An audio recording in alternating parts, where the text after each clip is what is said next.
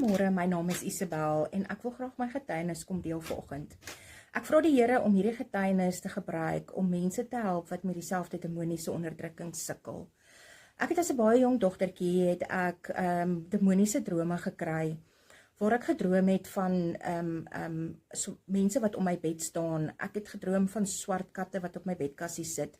Ek het selfs gedroom van swart demoniese figure wat bo teen my plafon sweef. Hulle het my selfs vasgedruk party aande en dit was 'n baie benoude oomblik in my lewe. Vir my as kind was dit 'n verskriklike tyd. Baie keer was ek te bang om te gaan slaap. En ek het 'n verskriklike vrees gehad vir dit. En so het ek ook gedroom van spinnekoppe in my hare en daar's hierdie een spesifieke tyd wat ek kan onthou en wat die Here my kom herinner het en vir my kom wys het dat hy my nooit verlaat het nie en dat hy my beskerm het nog al die jare vandat ek gebore is tot en met vandag het hy sy hand oor my gehad, het hy my beskerm, het hy saam met my gestap. En dit het ek nooit besef nie en dit het my oë so oopgemaak en ek het die Here so geloof en geprys die oomblik toe hy dit aan my geopenbaar het. Maar wat hierdie spesifieke aand gebeur het was, ek het gedroom van spinnekoppe in my hare.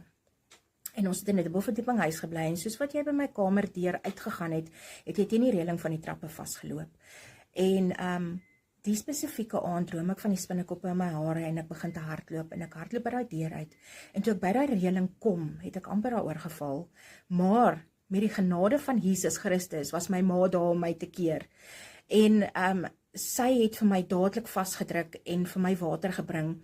En sy het elke keer as ek gedroom het, was sy dadelik daar, het sy dadelik my gehoor, sy het baie lig geslaap, was sy dadelik daar en sy het dadelik vir my water gebring.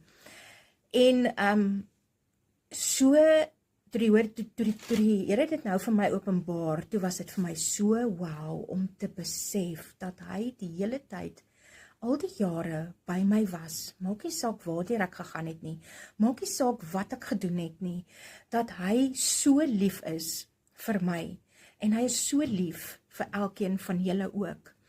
En ons moet net ons gedagtes vernuwe om te besef dat hy by ons is elke liewe dag en hy sal ons nooit verlaat nie. Niemand kan ons uit sy hand uitdruk nie. Sy liefde is onbeskryflik groot. En soos wat die jare aangegaan het, het ek nog steeds die demoniese drome gehad tot en met 2023.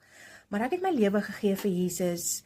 Al in 2011 het ek al my lewe vir Jesus gegee. Ek was 'n lou warm Christen.